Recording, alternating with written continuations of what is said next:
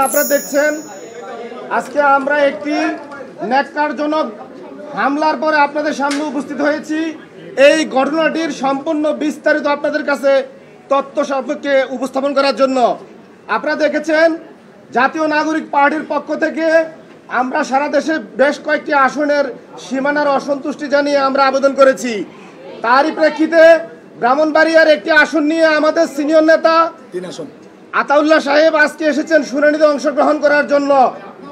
বিএনপির সন্ত্রাসী নেতাকর্মীরা ব্যারিস্টার রুমিনের নেতৃত্বে জাতীয় নাগরিক পার্টির কেন্দ্রীয় নেতা আতাউল্লাহকে অন ক্যামেরায় ন্যাক্কারজনক হামলা করে মাটিতে ফেলে দেয়। আমরা এর তীব্র নিন্দা এবং ধিক্কার জানাই। আমরা বর্তমান সরকারকে বারবার বলেছি এই নির্বাচন কমিশন আইনটি একটি আওয়ামী লীগের কালো আইন এবং এই নির্বাচন প্রথা নিবন্ধন প্রথাটিও 111-এর একটি পাতানো নির্বাচন প্রথা।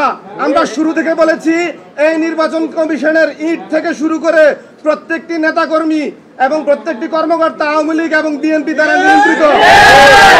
আমরা আজকে তার প্রমাণ দেখতে পেয়েছি। এখানে আমাদের দলের সর্বোচ্চ সিনিয়র নেতাদেরকে হামলা করা হয় ইসির উপস্থিতিতে এবং ইসির সামনে আমাদের নেতাদেরকে হামলা করে সন্ত্রাসীরা নির্বিঘ্নে বের হয়ে যায়।